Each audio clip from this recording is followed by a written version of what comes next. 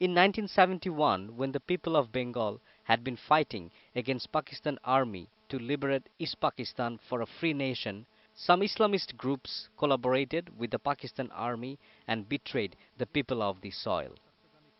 Leaders of four political parties, Jamaat-e-Islami, Nizami-Islami, Pakistan Muslim League, and Pakistan Democratic Party, took position against the liberation war. Its partymen collaborated with the Pakistan army and took part in the mass killing, rape, arson, and looting activities known as war crimes. The people who had led the events considered as war crimes and crimes against humanity were Ghulam Azam, Mutiur Rahman Nizami, Abdul Alim, Muhammad Kamaruzzaman, Abdul Qadir Molla, Ali Hassan Mujahid, Abul Kalam Azad, Delwar Hossain Saidi, and Salauddin Qadir Chowdhury. Ghulam Azam, former Amir of Bangladesh Jamaat-e-Islami, is facing trial for committing crimes against humanity. In 1971, he formed paramilitia forces like Razakar, Al-Badr, Al-Shams, and Peace Committee to collaborate with the Pakistan army.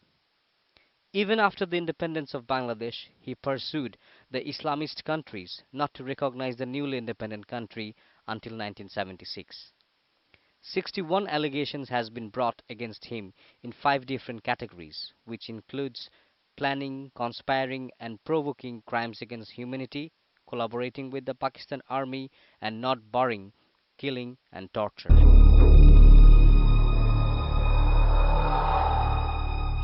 Motiur Rahman Nizami was the president of Islamist Chhatra Sangho, the student wing of Jamaat-e-Islami. In 1971, he formed and led the ferocious paramilitia force called Al-Badr. The print media elaborately depicts how Nizami and his gang were involved with the killing of the intellectuals during the war. Allegations have been brought against him for mass killing, robbery, arson, rape, and torture.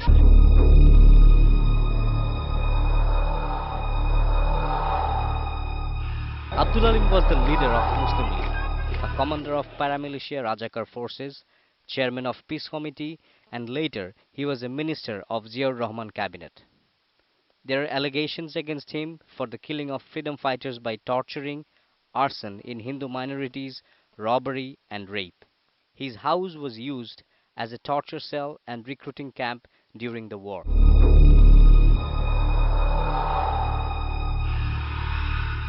Muhammad Kamaruzzaman was chief of one of Islami Chhatra Sangho's district units in Mymensingh. On a test basis, all the district unit members were given paramilitary training, and Kamaruzzaman was the chief organizer of the initiatives. There are specific allegations against him for genocide at Shurjodi in Sherpur, arson and robbing at freedom fighter Honta's house. It was in his instigation that many men and women were captured and tortured at the Al-Badr torture camps in Sherpur.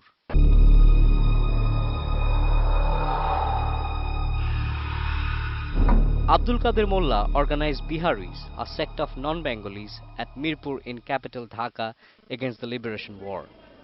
In the locality, he was known as butcher and assassin for masterminding mass killing.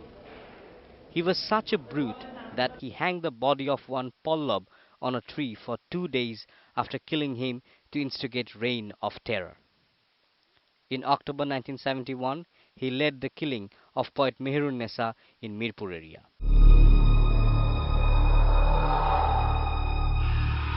Allegations against Ali Hassan Mujahid, the Secretary General of Jamaat-e-Islami, include leading the torture, rape, killing, and arson, as well as collaborating with Pakistan Army. Mujahid directly organized the recruitment, training, and activities of Rajakar forces at Fakirapur area in the capital. Firoz Mia, a recruit of Mujahid, organized a platoon of 300 from the locality and killed hundreds of Bengali people at Arambagh and Fakirapur.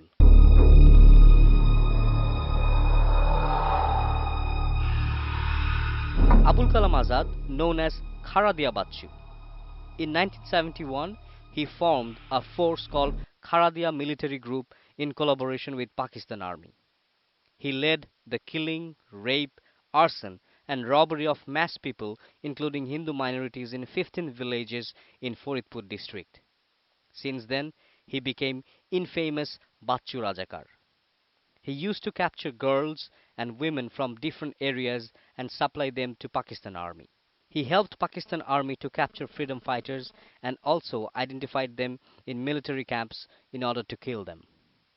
He led the Rajakar forces in Nagorkanda, Saltha, and Boalmari areas in the district and formed armed cadres.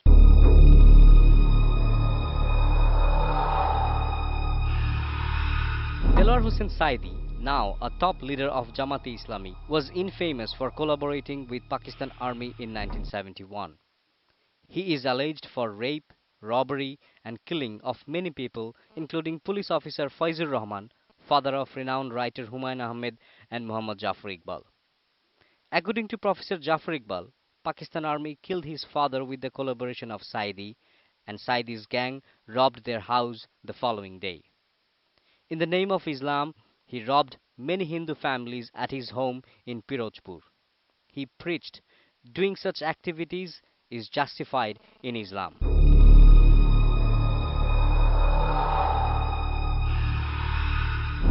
Salahuddin Qadir Chaudhry led activities against the Liberation War and collaborated at the highest level with the Pakistan Army. He, along with his father Fazl Qadir Chaudhry and others, organized the people against liberation and led the torture, killing, kidnap, arson, and robbery. It is alleged that Salahuddin Qadir Chaudhry was directly involved in killing of Notun Chandra Rai, killing of 37 people in Jagat Mollapara, killing of 69 people in Unusuttur Para, and killing at Gohira Bishwas's home at Raujan.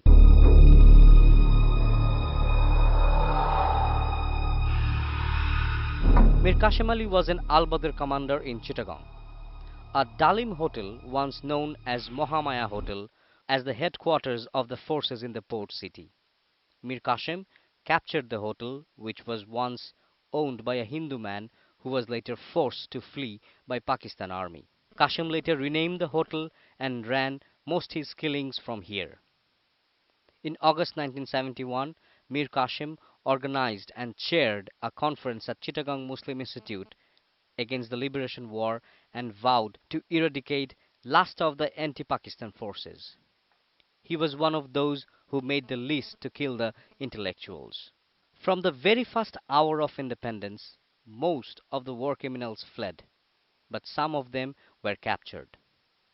A total of 39,491 people, including many leaders of the four collaborating parties, were arrested under Collaborators Act 1972. Some of them were later released for not having specific allegations against them, in a general amnesty declared by the state.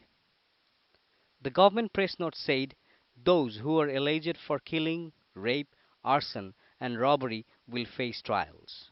Around 11,000 people were alleged for war crimes in 73 special tribunals in 1973. Out of them, 2,848 people faced trials, and among them, 22 persons were sentenced to death, 68 were given life imprisonment, and 752 were punished in different terms. In 1974, 195 Pakistani war criminals were handed over to Pakistan government under a tripartite agreement in condition that Pakistan government will bring them under trial. Pakistan never tried them. Meanwhile, in Bangladesh, before the sentences of the war criminals to be carried out, Sheikh Mujibur Rahman was killed in August 15, 1975. In 31st December 1975, President Siam scrapped the law. He further said there would be no further trials under the Act, but those who had already faced the trial and verdict were pronounced would be punished. Since now, no punishment has been executed. In 1992, writer and mother of a martyr, Jahanara Imam organized a mass movement demanding trial of the war criminals. But the movement did not see any success. Later, trials of war criminals started in 2009 after Awami League came in power. In January 2013, first judgment of International Crimes Tribunal was declared. In the judgment, Abul Kalam Azad was sentenced to death. Why did the Shahabad movement start then? It was because in February 5, 2013, judgment of Abul Qadir Mullah came out and he was sentenced life imprisonment. Abul Qadir Mullah was alleged for killing, rape, collaborating and inspiring in killing as well as being involved in a mass killing of 344 people. The judgment seemed unfair to the people and they demanded his death sentence. It started last month on February 5, 2013 at a place called Shaba, a central intersection in the capital Dhaka.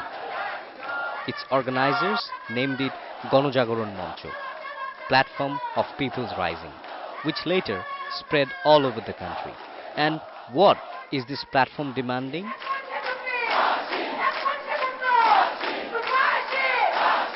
যুদ্ধ অবরোধের ফাঁসি চাই, যাকে ফাঁসি না দিবেও একে মাঠে থাকবো, ফাঁসি দিলে আমরা বাড়ি যাব আর ফাঁসি না দিলে বাড়ি যাব না। কাদের মোল্লার ফাঁসি এবং দেশে যত রাজাকার আছে তাদের দৃষ্টান্তমূলক শাস্তি। When the Gonojagoron Moncho and the people of the country has been demonstrating non-violently, demanding capital punishment of the war criminals, Jamaat and its student wing Islami Chhatra Shibir launched a violent protest rejecting the trial.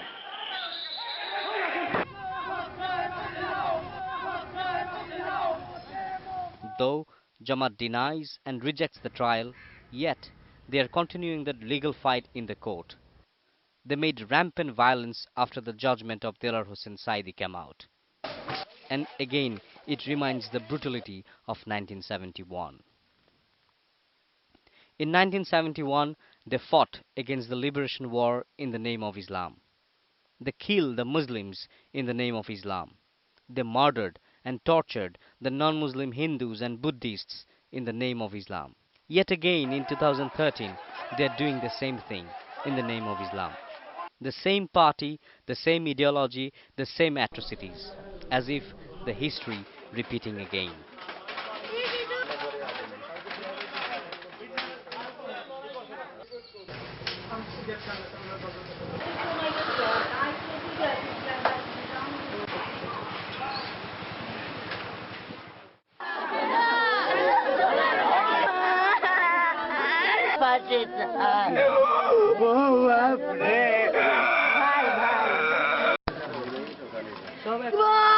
আমার কপালের মধ্যে পারে না।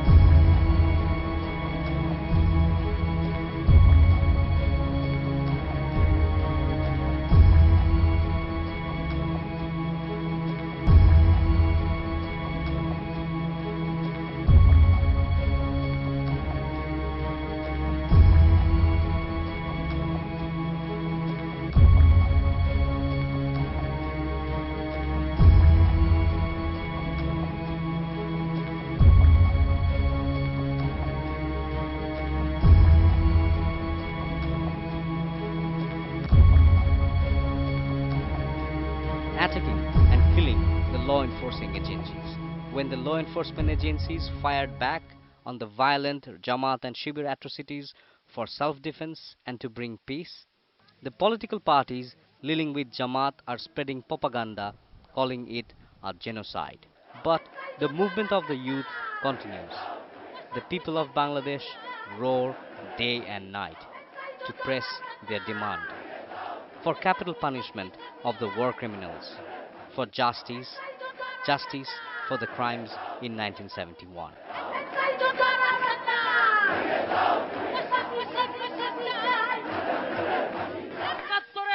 এরা আমাদের স্বাধীন অস্তিত্ব, আমাদের জাতীয় অস্তিত্বের বিরুদ্ধে দাঁড়িয়েছিল, যে কারণে ওই নাৎসিরা যারা জার্মানিতে নিষিদ্ধ, একইভাবে ওই নাজিরা জার্মানিতে নিষিদ্ধ, একইভাবে জামায়াতে ইসলামীকেও বাংলাদেশ থেকে নিষিদ্ধ করতে হবে।